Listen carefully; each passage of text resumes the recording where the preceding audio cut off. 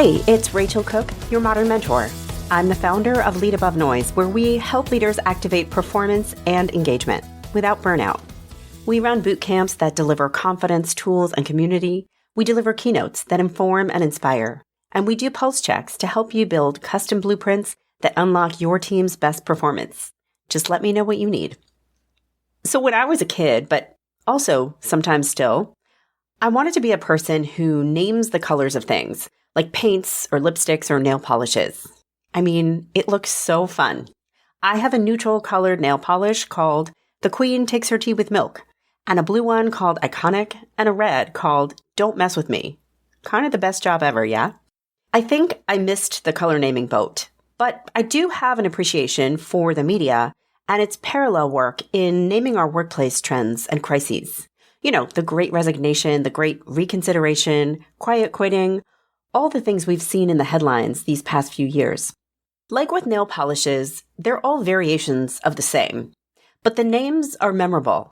The latest one I'm seeing is called The Great Detachment, which I'm pretty sure is a rebrand of quiet quitting. But either way, it's to say that we're not quitting, but we're out of steam. Whether we're bored or lonely or overwhelmed, we're going through the motions of doing the work, but our hearts aren't in it, which means our creativity and our opportunity to drive change and deliver impact aren't so much there either. I believe, to my core, that the solution here is the great reactivation.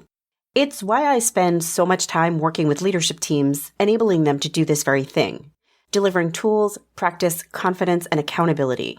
You can check it out at leadabovenoise.com/bootcamp.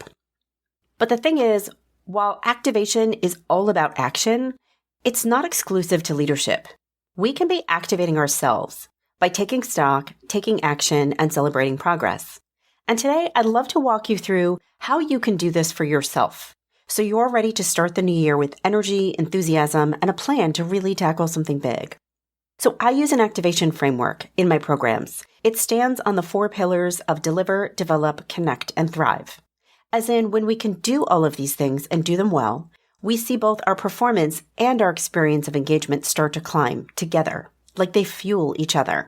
So let's talk today about how well you're currently doing each of these and how you might discover a handful of tweaks that you can make to turn the dial up one notch at a time. So let's start with deliver. You know, the basics. How well can you deliver your work?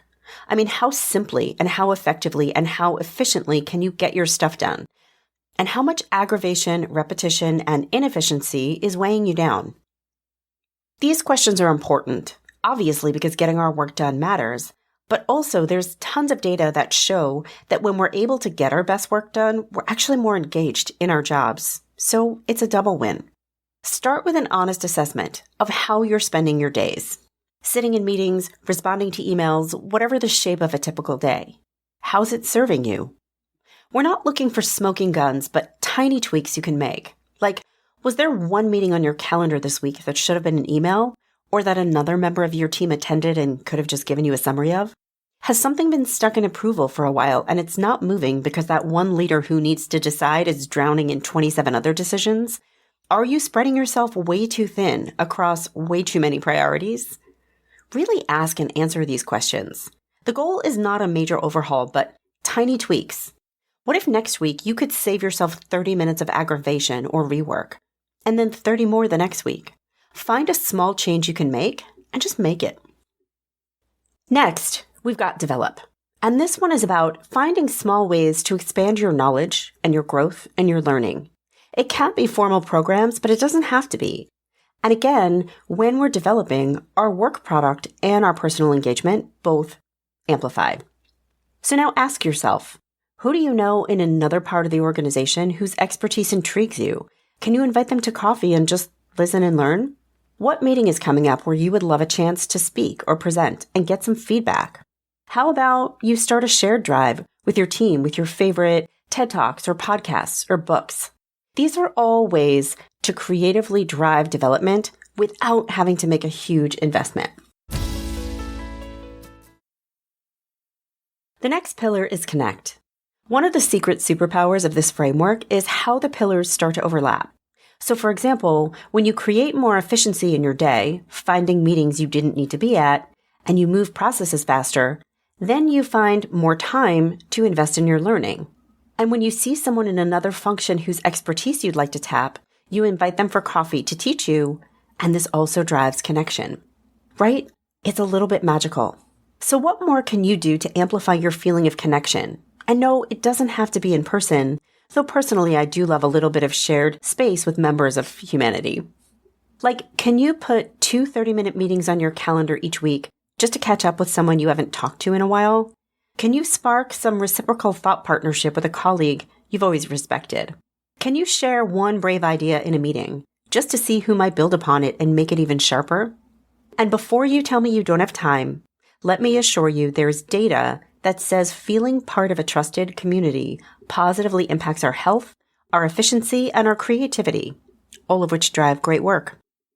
And finally, let's talk about Thrive. This is about your health and your wellness, your sense of being recognized. And again, it matters. When we're healthy and rested, we have boundaries. We show up more fully, more energized, with more creativity. So what can you play with in this bucket?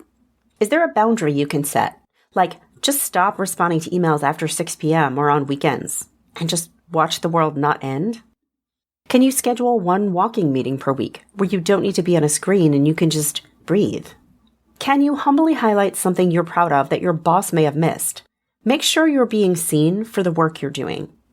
At the end of the day, when we deliver our best work, develop new skills and capabilities, connect with our colleagues, and we thrive, we manage our boundaries and our health, the work gets better and our experience gets better. And we start to reattach and reactivate. And whether or not my specific suggestions resonated, the point is this. There's a lot that lives outside of our control, and yet still plenty that lives within it. So be your own advocate. Find the things that you can influence and go influence them. And if you'd like to have a facilitated conversation with your team, shoot me an email at rachel@leadabovenoise.com. For now, join me next week for another great episode. Until then, visit my website at leadabovenoise.com if your workplace could use an activation boost, whether it's a boot camp, a keynote, or a pulse check. You choose. You can follow Modern Mentor on Apple Podcasts, Spotify, or wherever you listen. Thanks so much for listening and have a successful week.